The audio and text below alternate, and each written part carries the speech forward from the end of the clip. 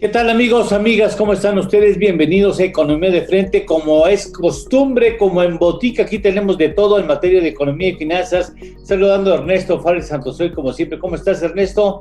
Eduardo, ¿qué tal, amigos? ¿Cómo están? Bueno, esperemos que se incorpore otro invitado. Por lo pronto, pues iniciamos. Estamos en Economía de Frente.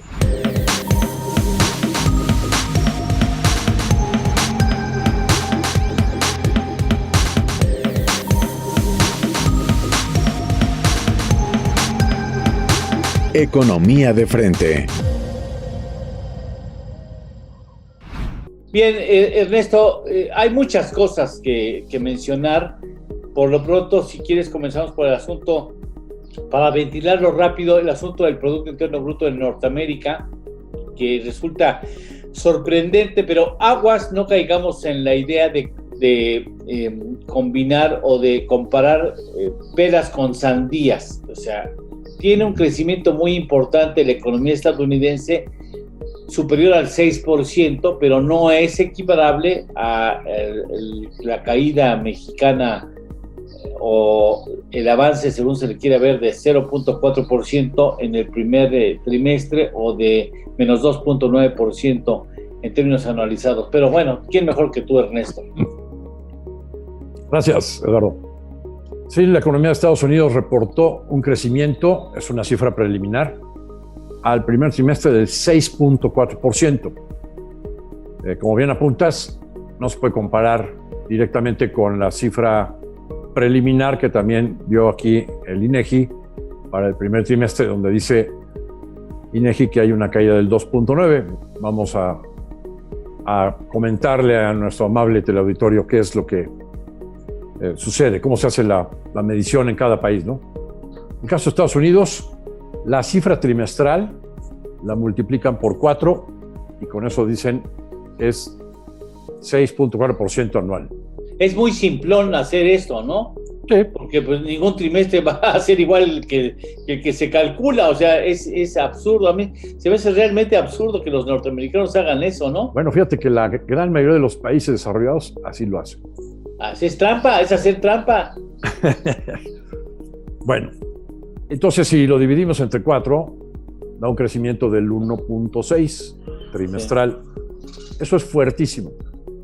Es muy fuerte de todas maneras, ¿no? Así es, fuertísimo. Y ese sí se compara contra el dato que tú dabas, de 0.4, que proporcionó el INEGI como preliminar, de 0.4. Entonces, ¿qué estamos viendo ahí? Lo inexplicable.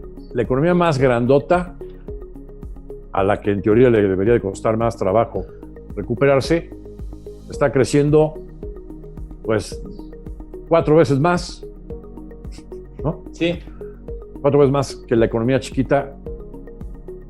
Y creo que más bien debería ser al revés, ¿no? Nosotros como economía muy chiquita y asociados con Estados Unidos, pues deberíamos de crecer más que la economía norteamericana, lo cual hace evidente que algo andamos haciendo mal, ¿no? O no andamos haciendo.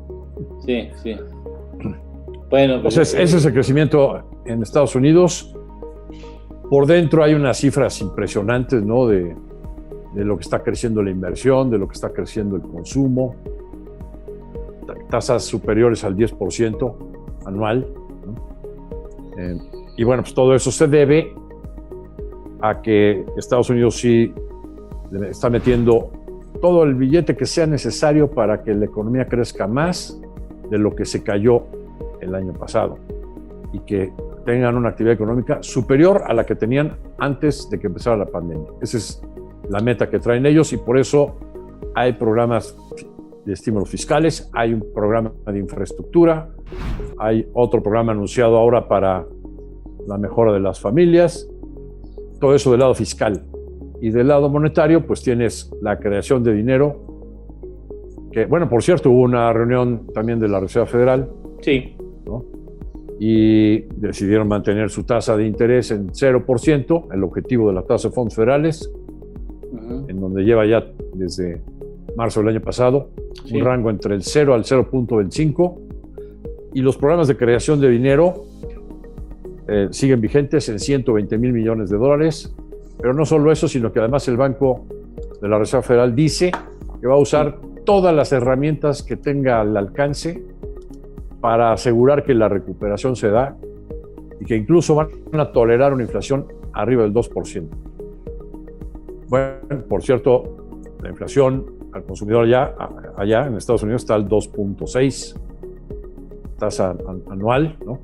Es una tasa arriba de su máximo tolerable, que supone que es 2. Sí.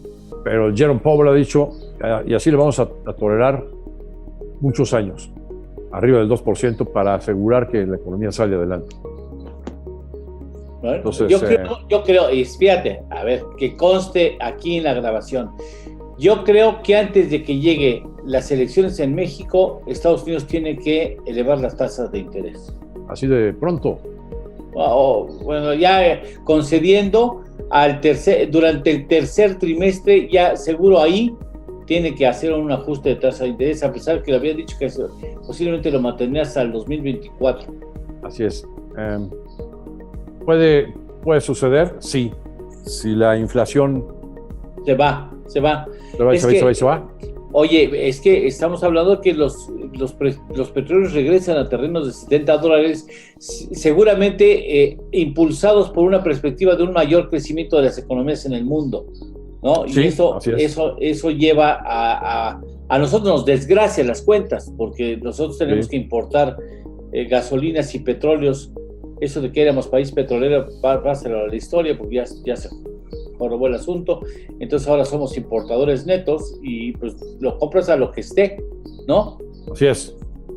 Tienes incrementos en muchos productos en todo el mundo, no nada más en México, perecederos y la parte de energía. La inflación es un problema privativo a México, a Estados Unidos, es un problema internacional, ¿no? Sí, y hay un riesgo de que se salga de control, ¿no? Porque hay escasez de productos, por ejemplo, maíz, pero también hay escasez de otros productos manufacturados o de insumos, como es microchips. Para acabar de aguar este primer bloque, le digo a usted que hay presiones alcistas en el frijol, hay presiones alcistas en el arroz, hay presiones alcistas en el maíz, la tortilla. O sea, el asunto aquí en México también se va a complicar. Pero si me permites... Yo no creo que sea tan pronto que suba la tasa, pero de que está el riesgo de que en el futuro, antes del año 24, como habían dicho, tengan que cambiar seguro. La política monetaria, sí es factible. Le dijimos a Víctor Valdivia, un economista, doctor o por doctorarse en economía, que estuviera aquí con nosotros y ha aceptado. Después de una pausa, le damos la más cordial bienvenida. Economía de frente. Regresamos. IDC te invita a nuestros seminarios fiscales 2021. En cada uno de estos seminarios obtendrás los conocimientos necesarios de los efectos legales y fiscales que deberás seguir. Conoce de forma práctica y sencilla el tratamiento fiscal y las alternativas que existen en los regímenes fiscales de las sociedades civiles. ¿Cuánto y cómo se reparten los dividendos? Aprende esto y más en nuestro seminario Básicos para la repartición de dividendos. Conoce el tratamiento fiscal y de comercio exterior del robo o destrucción de mercancías que debes ofrecer en donación, materias primas, productos terminados o que hubieran perdido su valor. ¿Cómo atender una cancelación de certificados digitales? Descúbrelo en este seminario. La normativa fiscal aplicable en cada país tiene que ajustarse al contexto internacional para establecer cómo se determina la renta del contribuyente. Cerramos nuestros eventos fiscales con todo lo nuevo en la reforma fiscal el 25 de noviembre. Llévate todo el paquete fiscal con nuestra promoción en conmemoración de los 35 años de IDC. Ponte en contacto con nosotros. Economía de frente. Continuamos. Y damos la más cordial bienvenida a Víctor Valdivia, al maestro Víctor Valdivia, a punto de ser doctor. ¿Cómo estás, doctor? Te van a decir doctor. Si no fuera por la pandemia, ya serías doctor. Vamos a reventarle a Víctor la primera pregunta del bloque. Es la gente podría decir que vamos requete bien porque estamos revisando a la alza siempre los pronósticos de crecimiento de la economía mexicana. Esto es una buena noticia. ¿Y por qué estamos revisando a la alza las perspectivas? Bueno, para empezar, porque estamos en contacto ahorita. Número uno, tenemos una cercanía muy fuerte y dependencia con Estados Unidos. Estados Unidos ha tenido una proyección positiva de crecimiento y por lógica México se está agarrando en esta línea de crecimiento. Pero ojo, hay que recordar que también estamos echando campanas al vuelo cuando tuvimos una caída de más del 8%. Y realmente ahorita la repercusión que tenemos es del 5%, aún así tenemos un déficit de un -3%, y yo no diría que es un crecimiento, más bien es un rebote que tuvimos de la fuerte caída del 21%, y todavía no se recupera todo lo que se tenía del año pasado, ya es más bien un rebote, sí, lo que estamos viviendo. Número uno, ¿por qué estamos ahorita tan positivos? Bueno, después de una caída tan brutal como la del año pasado que teníamos, de las más grandes de América Latina, con el 8.1, con una pérdida de empleo de más de 2 millones de empleos fijos, y más de 1,5 millones aproximadamente, ahorita no tengo bien el dato, de empresas que se perdieron, sobre todo medianas, pues tener esta perspectiva de crecimiento sí es para hacer fiesta, aunque lógicamente estamos ahorita con esta perspectiva de que es gracias sobre todo al impulso que se va a dar con la economía norteamericana, que es la que nos va a estar jalando. ¿Ok? Bien, entonces, Ernesto. Sí, bueno, siendo puntual para informarle a nuestro auditorio, Banco de México publicó su última encuesta con analistas del sector privado y el crecimiento ahora, el consenso de los analistas está pensando en el 4.8%, ¿no? Pero también hay un pronóstico para arriba en cuanto a la inflación. Sí. ¿No? Para la inflación, el consenso de los analistas anda ahora en 4.56%, lo cual pues, es una muy mala noticia porque quiere decir que ya las expectativas están por arriba del máximo tolerable para el Banco de México. Y entonces esto también pues, hace muy difícil que el Banco de México se anime a seguir bajando la tasa de interés. Platicamos en el bloque anterior, ¿no?, de que sí hay un fenómeno de inflación a nivel mundial por la energía, por la escasez de perecederos, por la escasez de otros insumos como los microchips y la fuerte demanda que hay en el mundo desarrollado sobre todo por los paquetes de estímulos fiscales y los programas monetarios. Entonces hay una demanda fuerte a nivel global y no hay suficiente producción. Tienes, por lo tanto, ese fenómeno de inflación que está muy claro en el precio del petróleo, ¿no? Por ejemplo. Sí, el petróleo estábamos comentando, Víctor, el petróleo está otra vez tocando en la puerta a los $70 barril, ahora con mucha mayor consistencia, dada la cifra de crecimiento de la economía estadounidense y de China, por supuesto, que ya desde hace ya tiempo, viene con una recuperación, una recuperación importante, y esto pues eleva la perspectiva de que haya mayor actividad económica que demanda mayor cantidad de combustibles. Entonces, el petróleo se va a ir sobre los 60 y altos, 70 quizá, 70 bajos en el corto plazo, y eso nos va a desgraciar las cifras, porque nosotros tenemos que importar el 80-85% de los combustibles. No solamente te afecta el combustible, también te afectan otros elementos de presión inflacionaria que hemos encontrado en la consultoría. En inteligencia empresarial hemos tenido ahorita datos de crecimiento del precio de los granos, por ejemplo del maíz, que se está viendo reflejado en el incremento de lo que viene siendo la tortilla. Granos básicos que México importa, alimentos básicos han subido de precio, también alimentos como el pollo y demás se ven afectados. La cadena de inflación está muy muy fuerte, como bien comentaba el maestro Farri, y esto está haciendo una presión muy muy fuerte y negativa dentro de la economía mexicana. O sea, y ahorita el precio de los granos se están elevando, más por el incremento de demanda y baja de producción que algunos países productores de granos están teniendo. O sea, ¿se vaya arriba de 4.5 de inflación este año? Sí, yo sí coincidí, creemos en consultoría, que precisamente por esos factores energéticos del petróleo, estos factores de alimentos, de granos, sí vemos una presión inflacionaria que se vaya desgraciadamente por arriba de lo que estamos hablando. ¿Llegaría a 5 o superaría el 5? Mira, a nivel consultoría de los consultores todos habíamos llegado al consenso, comparando los distintos modelos, de que podía rozar el 5. A nivel personal, con mi modelo que estaba desarrollando con Kratos, creemos que se puede ir arriba del 5.2, que es lo que estaba platicando con César Castro, con su modelo hacia dónde podía irse la inflación.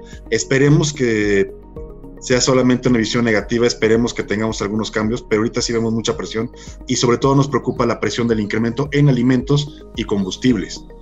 Que la gasolina, el sueño que alguna vez habíamos comentado contigo, de que decía un candidato que podía bajarla a 10 pesos, pues ya demostramos que eso era imposible.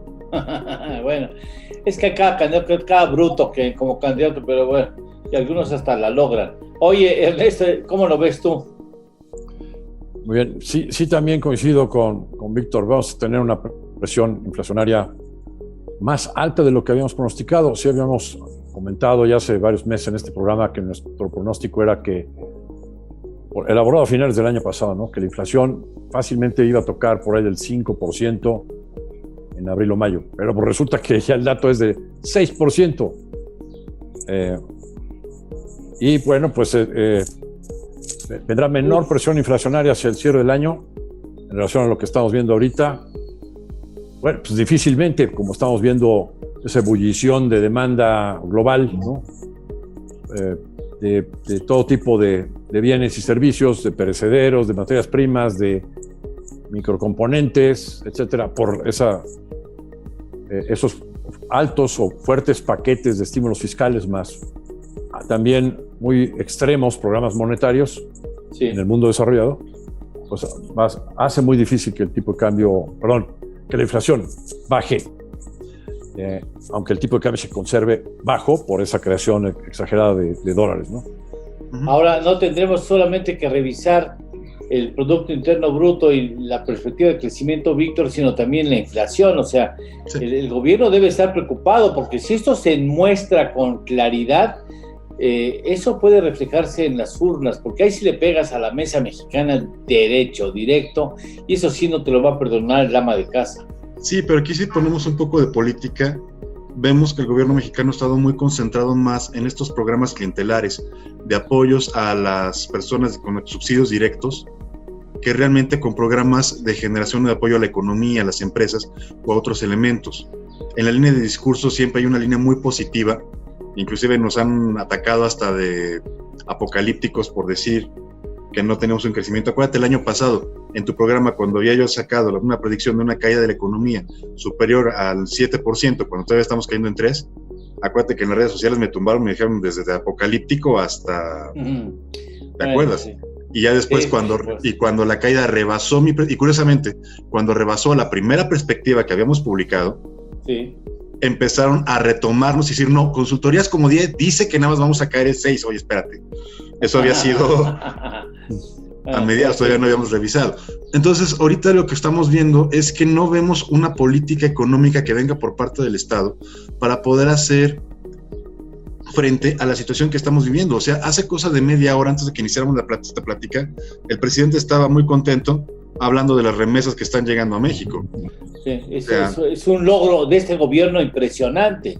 O sea, es algo que jamás nos había prometido y que ha cumplido a creces. Exactamente, yo creo que ahí son muy malos, y yo creo que sí los asesores de Hacienda y de Presidencia están haciendo muy mal trabajo de no explicarle por qué son las remesas, de dónde vienen y lo que significa para una economía. O sea, debería dar más pena que estar festejando. Bueno, esa es mi opinión personal, ¿no? Sí. No le quites el único logro que tiene. Sí, entonces todo esto lo tenemos ahorita como un reflejo de lo que tenemos. No tuvimos y no tenemos una política económica de contención para los daños causados por el COVID a la economía. No hemos tenido una política empresarial de desarrollo, no tenemos un plan estratégico para hacer frente a esta crisis. Pero lo que tenemos simplemente es un discurso político y mucho trabajo sobre estos subsidios directos, que tampoco están resultando y tampoco están sacando de la pobreza. Si vemos los datos, tenemos 20 millones de pobres más que no teníamos hace 2 años, y este número sigue creciendo. Y con esta perspectiva que tenemos de el crecimiento de México a la baja, no alcanza para cubrir todo lo que tenemos y todo lo que se perdió el año pasado. O sea, nos quedan debiendo todavía. Nos quedan debiendo, y déjame, yo ya debo 2 minutos al corte comercial, así que vamos a una pausa comercial y regresamos. Economía de frente. Regresamos.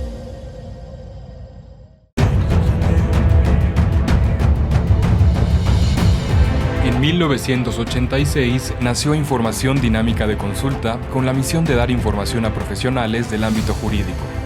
Evolucionamos contigo y en 2001 logramos informarte en tiempo real gracias al nacimiento de IDC Web. dimos paso en el 2016 a Foro IDC, un evento de alto nivel para el impulso de la competitividad del empresario mexicano. En 2017, unificamos cada avance bajo el dominio www.idconline.mx. Hoy puedes encontrarnos en múltiples plataformas con información vanguardista y especializada para capacitar e informar a los elementos clave de las empresas.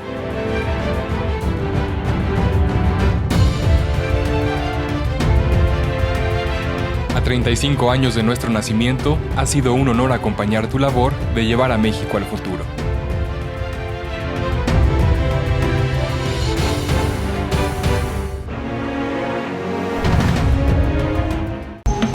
Economía de frente.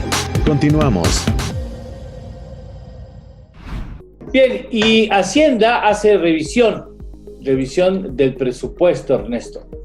Sí, bueno, pues Hacienda fue el primero en poner una predicción de crecimiento de más de 5.3%. Originalmente la traía en el 4.8%. Hoy el consenso de los analistas, como acabo de comentar, está en el 4.8%, pero Hacienda se mantiene en el 5.3%. Y en base a eso ya hace una revisión de su presupuesto tanto del lado de ingresos como del lado del gasto. Del lado de ingresos, bueno, pues la principal maniobra es subir el precio del petróleo, que estaba en $42 por barril en la mezcla mexicana de exportación, pues ya lo ubica en 55. Y bueno, pues dado lo que estamos viendo en el precio internacional del petróleo, sí, pues no puedes calificar de que esto sea optimista, ¿no? Es otro logro, es otro logro. Todavía es conservador. Pasar de 42 a 55 no le escatimes al gobierno. Hay tanta confianza en México que el precio del petróleo está subiendo, el precio del petróleo mexicano. Ahí está, velo positivamente, no seas, ¿no? Bueno. $55 contra 42, pues produce una cantidad muy importante de divisas. ¿Cómo cuánto? Es difícil estimarlo, ¿no? Tengo que sacar la calculadora. Al rato te digo. Pero total que le está subiendo. ¿En otro programa? Sí, le está subiendo al ingreso de manera importante casi $500 million. Entre que sube el ingreso del petróleo, sube también las estimaciones de recaudación de impuesto a la renta, de IVA, si hay más actividad económica, pues entonces hay más recaudación de impuesto al consumo, de impuesto a la renta y también de impuestos especiales. Y entonces todo esto da ese incremento en el ingreso. Casi y luego del lado del gasto, pues también están incrementando en más de $170 mil millones lo que llaman el gasto programable, y un poquito más de $170 mil millones el gasto no programable. Habría que,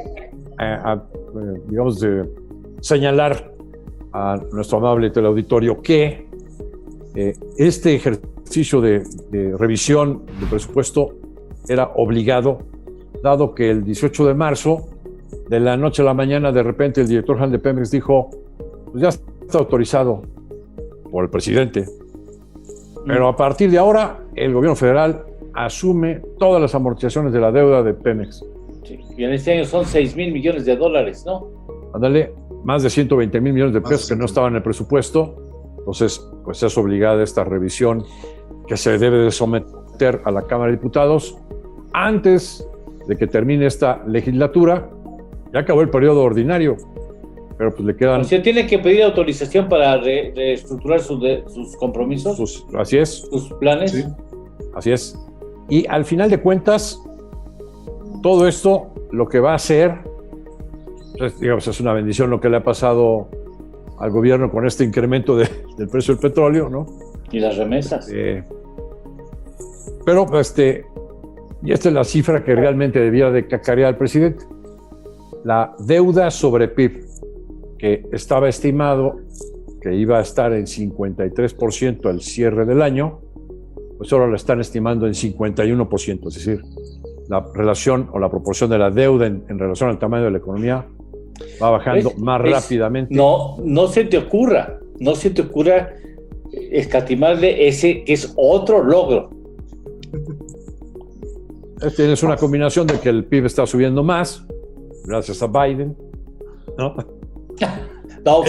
El ingreso también está subiendo más. Gracias a Biden, sube el precio del petróleo. Y hay una mayor cantidad de mexicanos vacunados. Gracias a Las Biden. remesas, también gracias a Biden. Las remesas, 4,150 millones de dólares en un solo mes. Esa es una medalla que no le podemos Gracias a Biden. al gobierno. Son grandes logros de la 4T. Víctor. Mira, esto es ahorita una cuestión muy fuerte de suerte que ha tenido con este ingreso de extra que nos esperaba. Pero aún así Pemex se está convirtiendo también en el hoyo negro de las finanzas públicas mexicanas. Y Pemex puede jalar de forma muy negativa las finanzas públicas y se puede convertir en una piedra en el zapato. Creo que ahí necesita revisar fuertemente los rescates y la estrategia real. ¿Qué tanto conviene rescatar a Pemex de esta forma y qué tanto va a perjudicar en el mediano y a largo plazo? Si no es que en el corto. ¿De qué nos sirve tener estos ingresos extras cuando tienes este hoyo negro por el que está yendo una fuerte cantidad de recursos, que está yendo una fuerte cantidad de ingresos y que no se viene reflejado nada de esto en beneficio? Ahorita estábamos comentando, si efectivamente gracias a Biden, y miren que se llevaba mejor con Trump, estamos teniendo todos estos beneficios, estas ventajas que si no sería peor la situación económica, pero la forma como se está distribuyendo en el gasto es la parte que sí tenemos mucho de qué hablar y es la parte que empezamos a tener un poco de efectos negativos. Vamos, tienes una gran cantidad de pérdida de empleo, tienes un aumento del desempleo, un aumento de la pobreza, tenemos indicadores negativos muy fuertes por todos lados. Y ese ingreso extra, ¿a dónde se va? Claro. Bueno, Víctor, tendrás que estar nuevamente con nosotros más adelante en otro programa aquí de Economía de Frente. Eres muy amable, te agradecemos mucho que estés con nosotros. Gracias y disculpen la tardanza, la tecnología nos jugaba malas pasadas. No te preocupes. Muchas gracias, Ernesto Pérez Atuscoy. Al contrario, gracias a ustedes. Víctor, un gusto. Mucho gusto, profesor. Gracias, pórtense bien, cuídense mucho y disfruten las remesas. Hasta la próxima semana. Gracias.